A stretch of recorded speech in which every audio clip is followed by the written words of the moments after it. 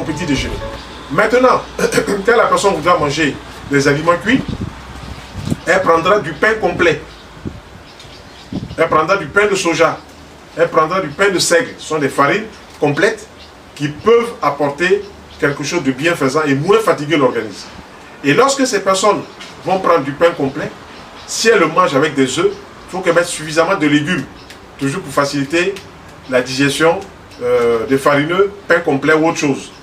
Si la personne, par exemple, prend du pain complet, ou du pain de seigle, ou du pain de soja, ou bien même du pain de maïs, qu'elle va manger ce pain-là avec un lait végétal, ce que nous souhaitons, elle pourra demander dans certaines maisons spécialisées des sucres végétaux ou des sucres pour les diabétiques. Voilà, donc ce sont des sucres qui ont un pouvoir sucrant, mais qui ne rentrent pas du tout dans le sang pour augmenter la quantité de sucre dans le sang. Voilà. Ensuite, si on mange de la tchéké, pour le diabétique, on mange de la tchéké avec des oignons, avec la tomate, et on mange un poisson à côté. Si par exemple, on mange, comment on appelle, des fruits au petit déjeuner, surtout ne pas mélanger les fruits avec le pain au petit déjeuner. Ne pas mélanger les fruits avec un croissant. Ne pas mélanger les fruits avec une bouillie. Les fruits, je dis, sont des aliments célibataires. On les mange ensemble, par catégorie, mais on ne les mélange pas aux aliments cuits. Donc déjà ça va alléger la digestion et ça va permettre à l'organisme du diabétique de respirer. Ensuite, à midi, le diabétique pourra prendre une assiette de légumes, s'il a suffisamment de temps pour mastiquer, avec des huiles de bonne qualité, huile d'olive, huile de tournesol, huile de colza, huile de soja, huile de sésame. Ok? S'il prend ces huiles-là, c'est bon. Même une cuillère à soupe de chaque, c'est bon. Ça va bien équilibrer sur les salades, les concombres, les tomates et tout ça. S'il ne peut pas manger l'assiette de légumes, qu'il fasse un jus. Il va prendre la tomate, la carotte, l'oignon, le concombre. Il va piler tout ça, le persil. Il va mettre un verre d'eau dessus, il va presser. Le jus là, il boit ça à midi avant de manger le repas cuit. Comme ça, il va équilibrer les vitamines, les sels minéraux avec les aliments cuits qui sont, hélas, dévitalisés de beaucoup de choses. Après ça, maintenant, le diabétique va chercher à manger la pomme de terre bouillie, ou bien du foutou banane verte, ou bien de la tchéké, ou bien du couscous, ou bien un autre farineux. Mais dans la sauce qui va accompagner ce repas-là, il faut qu'il y ait des légumes cuits dedans. Donc, si le diabétique fait, par exemple, un jus de légumes, il ne jette pas ce qui reste dans sa main. Quand il aura pressé, il met ça dans la sauce. Les légumes là, écrasés, là, qui ont été pressés, il met dans la sauce. Ou bien il met suffisamment d'oignons dans la sauce.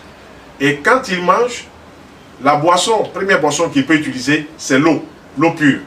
La deuxième boisson, c'est le verre de vin, s'il en boit. Je dis bien s'il en boit. Je ne vais pas faire l'apologie du vin. Je ne vais pas parler qu'il faut boire le vin, mais si on en boit, il faut prendre un verre par repas sur la base des cépages qui sont bons. Le syrah, le grenache, le tanat, le pinot noir et le merlot. Ce sont les 5 vins rouges, 5 cépages que la science a montré et démontré qu'ils étaient bons pour la santé.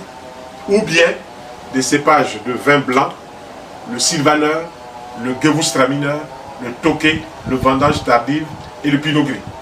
Ça, c'est ce que la science a dit. Moi, je me réfère à ce qu'elle dit. Après cela, pas d'autre repas.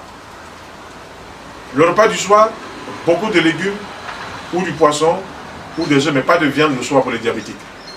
Beaucoup de légumes dans les sauces avec un peu de farineux ou un couscous ou quelque chose comme ça. Et dans la semaine, le diabétique doit trouver 3 jours pour ne faire que des fruits juteux, orange, pamplemousse, mandarine, papaye, ok, ou bien des fruits secs, noix de cajou, arachide, tchongon, comment on appelle, noisette, noix de coco. Il peut faire un petit déjeuner rien que de fruits secs. Et le soir, le diabétique devra préparer un bouillon de légumes, c'est-à-dire faire cuire les légumes, les écraser, et vraiment en grande quantité pour accompagner son repas cuit. Voilà. Maintenant, il y a des plantes qui existent dans la nature.